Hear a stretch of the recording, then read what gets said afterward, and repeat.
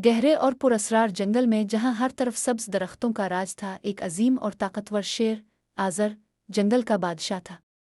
इसकी सुनहरी खाल, चमकती आंखें और गरजदार धाड़ ही उसकी हुक्मरानी की अलामत थी। जंगल के तमाम जानवर उसकी इज्जत करते थे क्योंकि वो मुनसिफ मिजाज और बहादुर था। मगर उसका सबसे बड़ा दुश्मन दीरुक नामी वहशी काले तेंदुए का एक गिरोह जंगल की सल्तनत पर कब्जा करना चाहता था। दीरुक और उसके साथी, जो चालाक और जालिम थे, जंगल के कोने में एक खुफिया इजलास कर रहे थे। हमें आज़र को हटाना होगा, दीरुक धाड़ा। वो एक बुज़दिलाना मंसूबा बना रहा था ताकि बादशाह को शिकस्त देकर जंगल पर कब्जा कर सके। एक रात जब जंगल खामोश था, दीरुक और उसके साथियों ने हमला कर दिया। वो आज़र की गार के करीब पहुंचे और वहां घात लगा ली। अचानक एक जोरदार धाड़ के साथ आज़र बाहर निकला और दुश्मनों पर हमला कर दिया। जंगल में एक खौफनाक जंग छिड़ गई।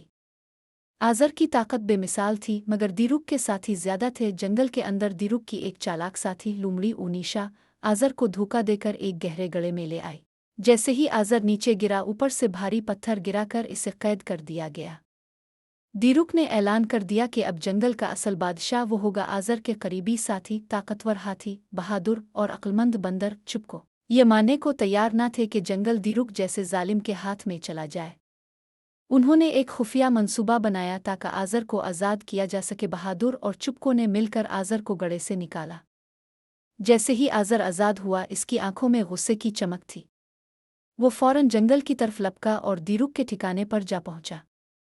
एक बार फिर खौफनाक जंग छिड़ गई, मगर इस बार आज़र ज्यादा गज़बनाक था। दीरुक और आज़र आमने सामने थे। दीरुक ने अपनी पूरी ताकत लगा दी, मगर आज़र ने एक ज़बरदस्त वार से इसे ज़मीन पर गिरा दिया। जंगल के तमाम जानवर आज़र के हक में नारे लगाने लगे। दीरुक को शिकस्त हो चुकी थी और वो जंगल छोड़कर भाग गया। आज़र ने एक बार फिर जंगल में अमन कायम कर दिया। इसने ऐलान किया कि जंगल में इंसाफ और दोस्ती की हुक्मरानी होगी। सब जानवर खुश थे क्योंकि वो जानते थे कि असल बादशाह वही होता है जो अपने लोगों का मुहाफिज हो।